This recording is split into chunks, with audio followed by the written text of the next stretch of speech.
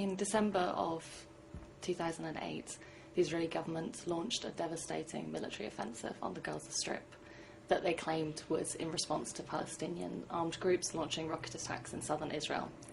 Now, over the course of the next 3 weeks, there was a massive military bombardment and 1,400 Palestinians were killed, hundreds of whom were civilians and more than 300 of whom were children. At the same time, 13 Israelis died, 3 of whom were civilians. One of the deeply disturbing aspects of this conflict was the widespread use of indiscriminate weapons. The rockets launched by Palestinian armed groups in southern Israel are by their nature indiscriminate, but the Israeli military also used indiscriminate weapons in very heavily built-up civilian areas. These weapons included white phosphorus, which is a highly incendiary device and burns through human skin, muscle and bone.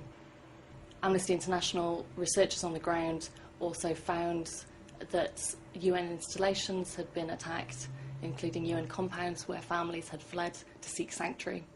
Also attacked were schools, hospitals, ambulances and paramedics. Well, after the attacks, the UN mandated Richard Goldstone, and he went with the team of legal and other specialists to Gaza. Despite the findings of the Goldstone report, which were backed up by Amnesty International's own findings that violations and war crimes had been committed, there really hasn't been any justice for the families there. And the daily reality of the families living in Gaza is also absolutely devastated. There's families that are still living beside their destroyed homes in tents or other temporary structures, and they're still waiting for justice.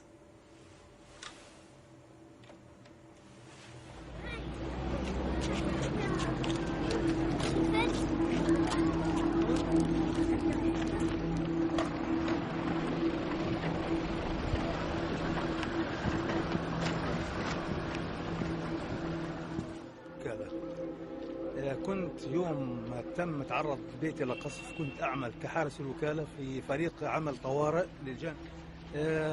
بعدما تعرض بيتي للقصف الجيران المجاورين للبيت اتصلوا بي وأخبروني بما حدث، وأخبروني أن بيتي تعرض للقصف وأنه أولادي لا أعلم أن هناك أحياء منهم.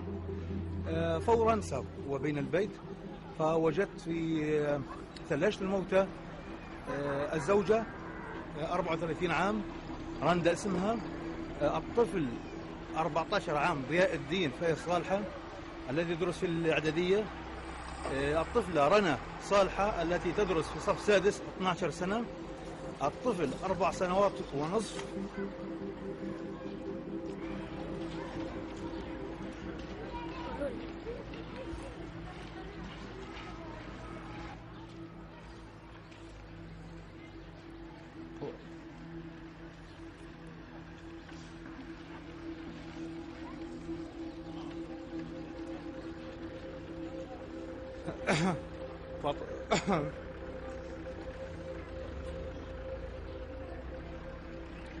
وطفلة أخرى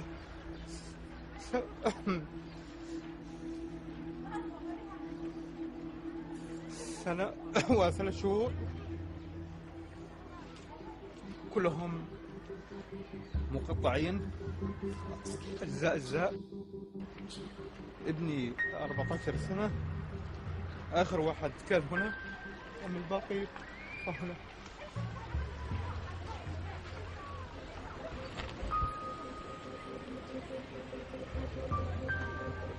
Well, Amnesty International believes that impunity is the biggest single cause of continuing human rights violations, and there simply must be accountability for what happened in Gaza and southern Israel last year.